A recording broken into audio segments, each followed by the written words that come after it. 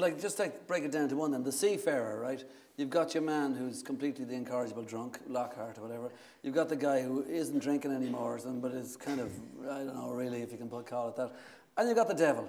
Yeah. And it's Christmas Eve. Are all three of them you? And without being like too glib, that's meant to be deadly serious. They are, aren't you? Aren't they? Aren't you? You're all three of them.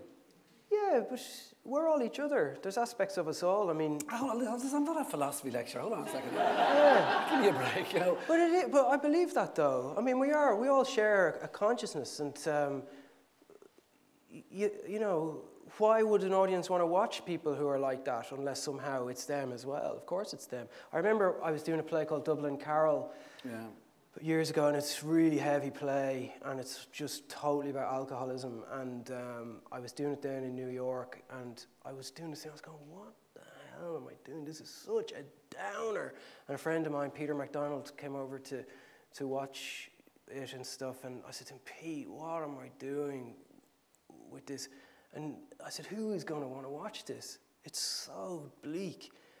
And he just said to me, he said, but even though the people don't necessarily need to be that bad, we've all felt like that. And I said, yeah, but what's that feeling? He says, the feeling is, I can't live here. And he said, everybody at some point feels, I can't live here. This is just too hard. And I suppose what plays do and what they've done for thousands of years is they have that catharsis. There's just a little release valve that you can sit there and actually go through that experience. You come out sort of, oh my God, a bit drained, but somehow sort of renewed and refreshed, that it somehow releases that thing. So you've got to go to those places. A play has to have what I always call the killer blow. And if it doesn't have the killer blow, you can't knock the audience out. It just floats and it never quite hits anything. So you've got to make sure that's there somehow. You went to the places of a Dublin Carol. I mean, like, would you have called yourself an alcoholic? Yes, I mean, I would, instead of calling myself an alcoholic, I would call myself someone who can't drink, you know. Would you call yourself an alcoholic in that you drank too much once and you were terribly sick and ruptured this, that and the other and brought to hospital and all the rest? And is that why it's like, oh, that's a really bad episode? Like, for instance, that never happened to me. But I like a pint as well, you know, but I don't call myself an alcoholic. If that happened to me, would I be an alcoholic? Like, what made you an alcoholic? What do you think really was? Did you really drink too much? Or was it just a few years of binging like a student? Well, what made me an alcoholic was that I just couldn't stop drinking. And I think an alcoholic is anyone who has a problem that they can't manage. That's not, you know, with alcohol, then you're an alcoholic. And I couldn't manage it, so I gave it up. But that's in AA, the first thing they say is we knew our lives had become unmanageable. That's the first thing that they admit. And so someone whose life is becoming unmanageable in any aspect is having a big problem. And if alcohol is the cause of that problem, you probably have an alcohol problem. But that's not such a big thing it's a terrible thing for a lot of people to admit, but in Ireland it's especially difficult to admit that, because in Ireland it's the person who doesn't drink that's an alcoholic. It's the person who's standing down at the end of the bar having a ballygown. He's an alcoholic. Yeah. But if you haven't, you know, you have 10 pints every night, you can hold your drink. You're okay. But it's the guy who's like, no, just have a water. Alcoholic. So how have the last 7 or 8 years been on that level then? I mean, like, you would have said before that nothing happens in Ireland without vats of alcohol all over the place, from a wedding to a funeral and all the rest of it, a party, anything. Even a kid's party, for God's sake.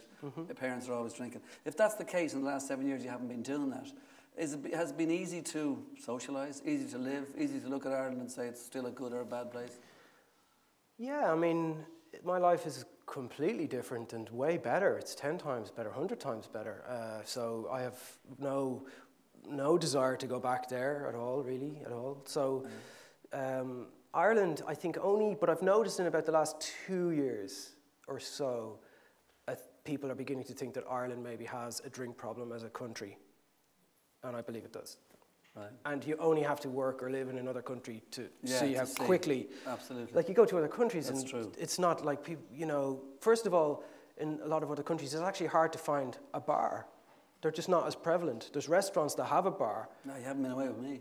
Yeah, but it's kind of like, it's the prevalence of outlets where you can get it here is just like, it's you know, it's 20 times as much as anywhere else. Yeah. Why that is, I think it's kind of sad, you know. Why? What's wrong? What's wrong with life that we can't actually face? I don't understand. All right, well, look, I'll tell you, let's just get back to some of the other stuff about it. In fact, let's get right up to the date with the movie. The current movie, the new movie, it's called The Eclipse. And The Eclipse is shown at Tribeca in New York. And it's going to be, when will we see it? Some RTE nonsense is going to be shown on TV before seeing it in the cinema. Are you annoyed that it'll be shown on the small screen here and you can't see it on the big screen? Well, it's complicated because I wrote this screenplay with Billy Roach, who's a lovely playwright from Wexford, and we were spent many years writing it together. It's just something that was a way of spending time together, and we managed to raise the money to do it. But we shot it for like €2 million, which is nothing to shoot a feature film. But we got €650,000 from RTE somehow. But the price was that they would be allowed to show it on TV. We showed it at the Tribeca Film Festival earlier this year, and it got picked up for distribution in US cinemas. So it's coming out there in the spring. But I think it's going to be shown here on New Year's Day on the TV. But in a funny way, I'm not sure that I really mind, because I've had films that have come out here before. Irish audiences often don't go to see Irish films in the cinema. Yeah. There's a kind of a belief that we'll get it on the DVD or whatever. Yeah. Like even a film like Once, which was an Oscar-winning film, I don't really know anyone who saw it in the cinema. Yeah. Everybody saw it on DVD. So maybe you reach a bigger audience on TV, but it's shot for the big screen. Yeah. And I remember the executives in RTE saying, the people look very small. I said, yeah, well, it's meant to be for the cinema, you know. Yeah. But did you not shoot any close-ups? No. But I deliberately didn't, because I knew they'd try and make us cut them in. But you shot a few silhouettes. You're into silhouettes, aren't you? Well, the film is a kind of a horror film in a way, and I like. I decided to try to emulate films that I love, like The Exorcist, which is a very dark film visually, a lot of blacks, and The Shining, films like that. So I really studied those classic films and tried to emulate the lighting from those, simply to make it look cinematic on a small budget. But I'm very proud of the way it looks. I'm very proud of the film. I'm just trying to work out, you got 650 grand from RTE. How did you manage that? I don't know, really. We just, well, when we showed them the film first, it was a sort of a comedy about a literary festival. And they were like, oh yeah, we would like to get involved in that. And then I decided to change it completely. And like 20 drafts later, I said, it's a horror film. So a comedy about a literary festival. Now, I know that Billy Roach was involved in it. And by the way, just in case, I never got any demo tapes from you down through the years. I used to play the Billy Roach band years ago. He had a band. I know. The Billy Roach band from Wexford. And do you know what the name of the band was? The Billy Roach Band. Yeah. Anyway, point is that, okay, so he rang you to say what? That you could do this, or there's something in this about a guy who falls, gets obsessed with a woman. Billy was sending me, he was writing a book of short stories, and he was sending me every short story as he sort of finished it. And I just love Billy, and I love spending time with him. And when I read one which was set against the background of a literary festival, and it was about this volunteer working at the festival in Wexford who sort of falls for this writer who comes to the festival, and he sort of ends up kind of stalking her and sort of making a total tit of himself. And I just thought, I don't know, there's something here that maybe could be a film. And so we sort of, I don't know how we showed it to RTE, and then they sort of seemed to like the idea, and then it morphed just completely into something else.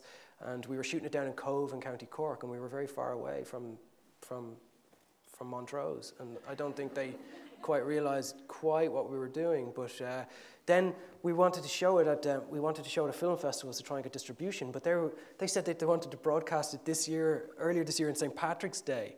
I was like, no, we can't. So they held off, and they said, okay. They said, okay, look, we won't broadcast it till 2010. And I said to the producer, why did they suddenly change their mind? And he said, I don't think they think it's any good. So I was like, well, great, this is fantastic. So we went to the Tribeca Festival, where we got picked up for American distribution, and Ciarán Hinds, who's the lead, won the award for Best Actor, and we sort of walked away from that. It was a very good time for us.